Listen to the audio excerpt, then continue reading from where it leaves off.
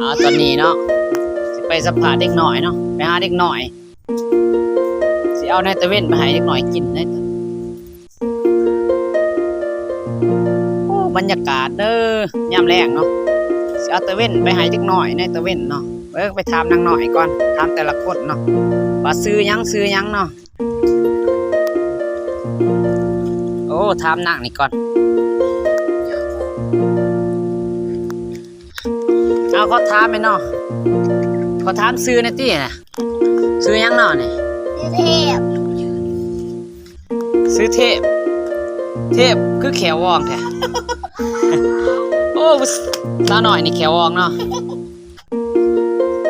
แล้วเสกชิถามใส่เนาะซื้อยังเนาะเจ้าเนาะน่ะคิงคือแขวเหียนเยี่ยมแห้งเหียนคักบาดจะน้อยเนาะสิเอาในตะเวนให้กินเนาะนี่เนาะเจ้าซื้อยังนั่งนี่สีแรงเล่งคือแควโวว้ายเพราะว่าแนวหนักโอ้ยเขินตาตัวจะน้อยเอาตะเวนไหนเนาะอย่างนี้ในนู่นถามยังหน่อยเนาะเจ้าซื้อยังนี่ในนู่นฮะซื้อยังเจ้าซื้อยังเจ้านี่บ่อ้าวขอบอกให้กินตะเวนได้นี่เด้อขอบอกกินในตะเวนได้จะบอกซื้อยังเจ้าฮะสบายดีนะติแหละสิให้ในตะเวนเด้อไม่ใช่ตะเวนเนาะเอาขอบใจเด้อ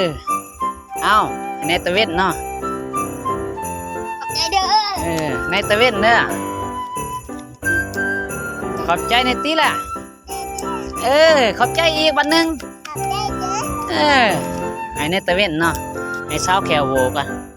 ขอบใจเฮียเอาไหมนี่อันนี้เอาไหมนี่ขอบใจเด้อนบในตีแหละขอบใจไปถ่ายรูปหลายๆคนไปยืนหันไปไปนบยืนขอบใจเด้อขอบใจเด้อขอบใจคิว